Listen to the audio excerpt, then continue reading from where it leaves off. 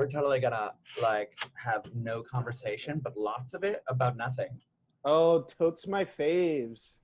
I'm so ready. People who say things about stuff are so stupid. Yeah, because it's like you could say something about stuff, and then like someone else could come back and say something else about stuff that you didn't know, and then you look stupid. So why do it? I mean, who tries to bring logic into conversations? I don't know. Like he should stick to rap though. Logic? Yeah, he should stick to rap. Okay. Yeah. Don't bring him into your conversations.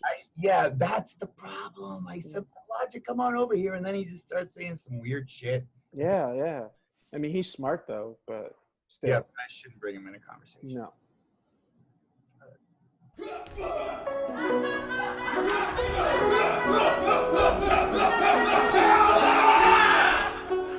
Your karate is still trash, I see.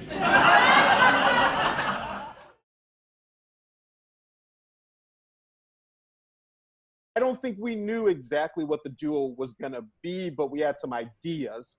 We did shows the more we started to hone in on what our style was and then really get into the dramatic side of it and the acting side of it.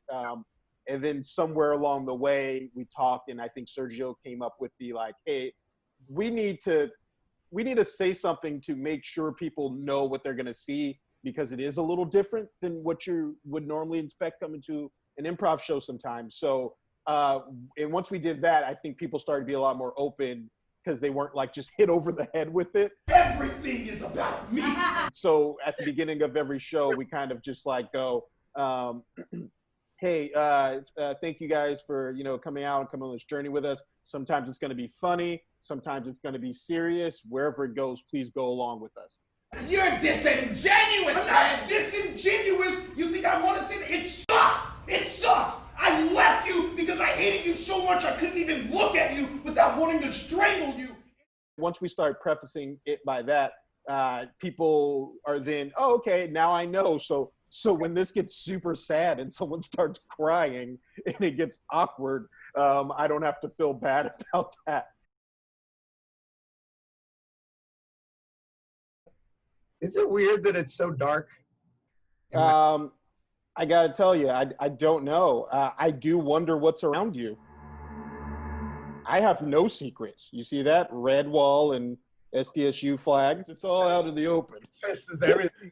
This is who I am. Well, I mean, it's who I am.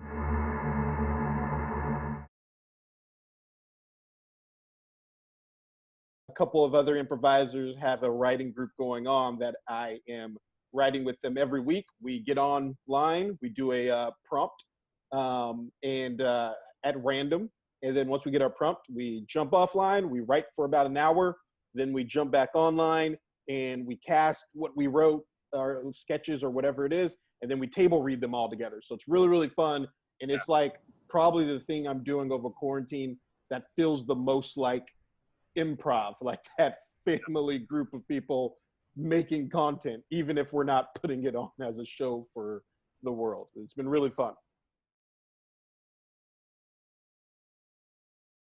Roar was started by Travis and Holly. They're a couple they were here from Atlanta, Georgia. And they were looking to bring improv here to San Diego. And so we were lucky enough to be along for the ride. I think they started in 2008. I joined in 2009 and have been a member of Roar ever since. Obviously, there's been lots of lineup changes, lots of Roar members throughout time. And right now, Jen's our director, and Brandon's our Obi-Wan producer. And I mean, they freaking keep us strong and on the right path and keep us hungry and keep us different and doing like different things. So big props to them both. You are so interesting. You have so many things to talk about. Holy No one's ever said that to me, so thank you. Yeah, Willis, oh man, there's nothing quite like that team. We're lucky enough to get to do the JTS Brown every week and bring dream logic and craziness to the stage. It's supposed to, I think Craig Kakowski created that form, and it's like, really supposed to be freeing more than it is supposed to be binding you to anything, you know? And so when you're learning it at first, you're like, is this freeing? Because it's so different from what else you've been doing. But then once you get past all that, you realize, oh shit, like, yeah, this is freeing. I can do whatever the hell I want. It becomes a blast, and it becomes like one of the funnest things you'll do.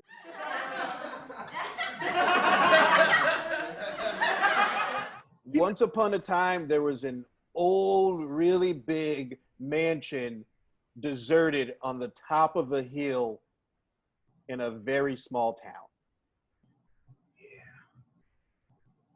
And every day, these 4 children, one of them was shy, one of them was cute, one of them was really smart, and then the other one collected trains. These 4 children would go by the house, but they would make sure they would see it, and they were scared. So they would make sure they went by it at like a really, give it a wide berth every time they went by.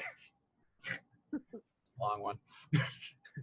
But one day, the kid who collected trains was walking by the mansion by himself, and he was overwhelmed with fear, but at the same time, he was overwhelmed with intrigue, and he knew that he had to go in the mansion, so he did. Because of that, he was really scared. He was like, he didn't know why his feet were taking him towards the mansion, but he could hear choo choo. He was like, oh, I'm the train guy. I have to go. And he walked in the door. And because of that, he was filled up with fear because Chu was his name. And he was wondering how this weird voice that he couldn't see knew his name. So he walked into the house and he said, I'm Chu, I'm here. And the ghost, the voice, the disjointed voice was like, Chu, what's up, man? Hey, it's Frank. I was just hanging out in this old house. Did you even know that this place was empty? We could totally party here all the time. Until finally, his 3 friends had figured out where he went and came busting into the mansion with proton packs, and they threw him one. Chu, and ever since then,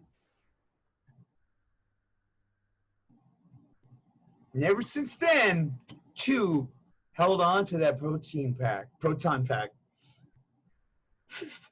and he didn't use it because he knew that there were no such thing as ghosts. It was just Hank, the homeless guy, the whole time. And that's the moral of the story. Ghosts are just homeless people living in your home. So be nice to them and maybe give them a meal. Yeah, dude, maybe they'll haunt you a little less. Yeah, don't be a dick. Let's go.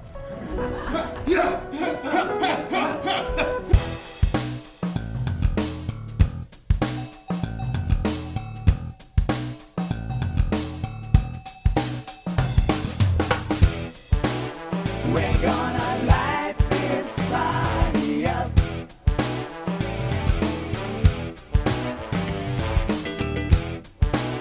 We're gonna light this party up.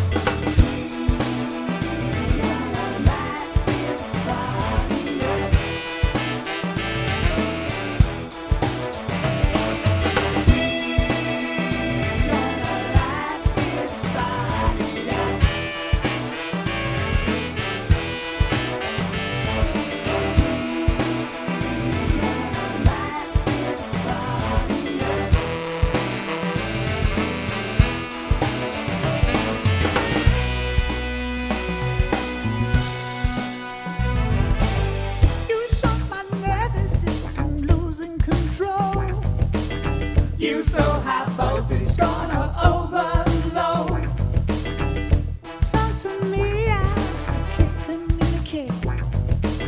You so hot that you radiate electricity between you and me. That's what it's got to be. Bring me to my knees. Electricity, electricity, electricity between you and me. Electricity, electricity.